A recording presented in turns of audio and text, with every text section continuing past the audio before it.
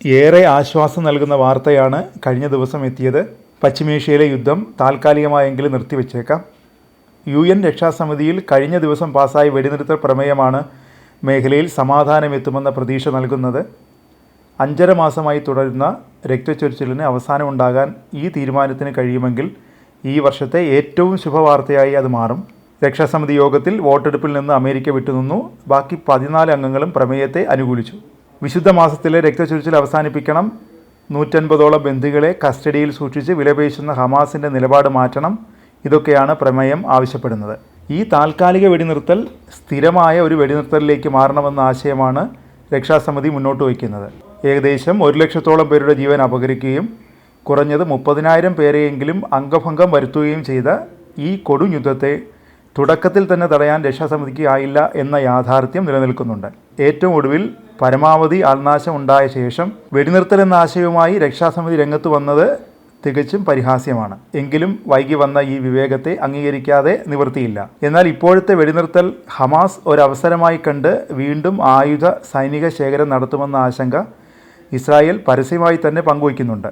അതുമാത്രമല്ല, ഇപ്പോൾ ഇസ്രായേലിൻ്റെ 130ഓളം പൗരന്മാർ ഹമാസിൻ്റെ ബന്ദികളായി തുടരുകയാണ്. അവരെ മോചിപ്പിക്കാനുള്ള ഏറ്റവും അവസാനത്തെ അവസരമാണ് തങ്ങൾക്ക് നഷ്ടമായിരിക്കുന്നത് എന്ന അഭിപ്രായമാണ് ഇസ്രായേലിനുള്ളത്. ഇതിൻ്റെ പേരിൽ ആത്മമിത്രമായ അമേരിക്കയുമായി പോലും ഇടഞ്ഞു നിൽക്കുകയാണ് ഇസ്രായേൽ.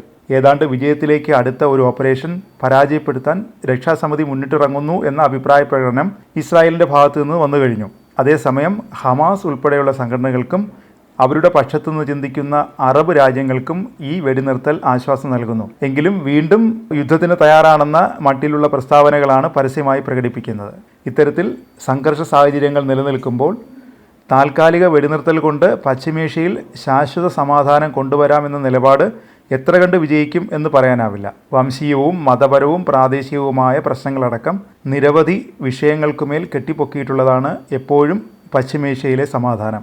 യഥാർത്ഥത്തിൽ ശാശ്വത പരിഹാരത്തിനെക്കുറിച്ചാണ് പശ്ചിമേഷ്യ ഇനി ചിന്തിക്കേണ്ടത്. നടക്കാനുള്ള എല്ലാ അനിഷ്ട സംഭവങ്ങളും നടന്ന ശേഷം താൽക്കാലിക സമാധാനം എന്ന മുദ്രാവാക്യമുയർത്തി ഇരുട്ടുകൊണ്ട് ഓട്ടയടയ്ക്കുന്ന രീതി ഉപേക്ഷിക്കേണ്ട കാലം കഴിഞ്ഞിരിക്കുന്നു. ഇക്കാര്യങ്ങൾ അറബ് രാജ്യങ്ങൾക്കും ഇസ്രായേലിനും ഒരു മേശയ്ക്ക് ചുറ്റുമിരുന്ന് സംസാരിക്കാവുന്നതേ ഉള്ളൂ. നിഷ്പക്ഷമായി ഈ വിഷയത്തെ സമീപിക്കുന്ന രാജ്യങ്ങളുടെ പിന്തുണയും ഇക്കാര്യത്തിൽ സ്വീകരിക്കാം. അല്ലാതെ അമേരിക്കയുടെയോ ഇറാൻ്റെയോ മാത്രം സഹകരണത്താൽ ഈ പ്രശ്നം പരിഹരിക്കാൻ ശ്രമിക്കുന്നതാണ് വലിയൊരു അബദ്ധമായി മാറുന്നത്.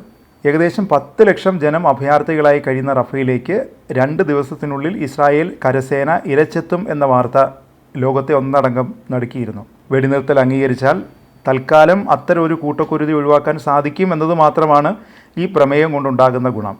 മറിച്ച് വെടിനിർത്തൽ കരാർ ലംഘനം നടത്തി ഇസ്രായേൽ ആക്രമണം പുനരാരംഭിച്ചാൽ രക്ഷാസമിതിക്ക് നോക്കുകുത്തിയായിരിക്കാനേ കഴിയുകയുള്ളൂ. അതിനേക്കാളുപരി ഈ പ്രദേശത്തു നിന്ന് ഉയരുന്ന ഏറ്റവും വലിയ നിലവിളി മരുന്നുകൾക്കും ഭക്ഷണത്തിനുമാണ്. വലിയൊരു വിഭാഗം ജനത്തെ, പ്രത്യേകിച്ച് കൊച്ചുകുട്ടികൾ, നരകതുല്യമായ ജീവിതമാണ് നയിക്കുന്നത്. ഈ വെടിനിർത്തൽ അവരുടെ രക്ഷയ്ക്കായി ഉപയോഗിക്കാനാവും രക്ഷാസമിതി നേതൃത്വം നൽകേണ്ടത്. ഇരുപക്ഷത്തിനും താൽപ്പര്യമുള്ള പ്രത്യേക ദൗത്യസംഘം ഇത്തരം നീക്കങ്ങൾ ഏറ്റെടുക്കുന്നതാണ് ഏറ്റവും ഉചിതം. എന്തായാലും ഒരു പുതിയ പ്രഭാതം വരട്ടെ എന്ന് ആഗ്രഹിക്കാം.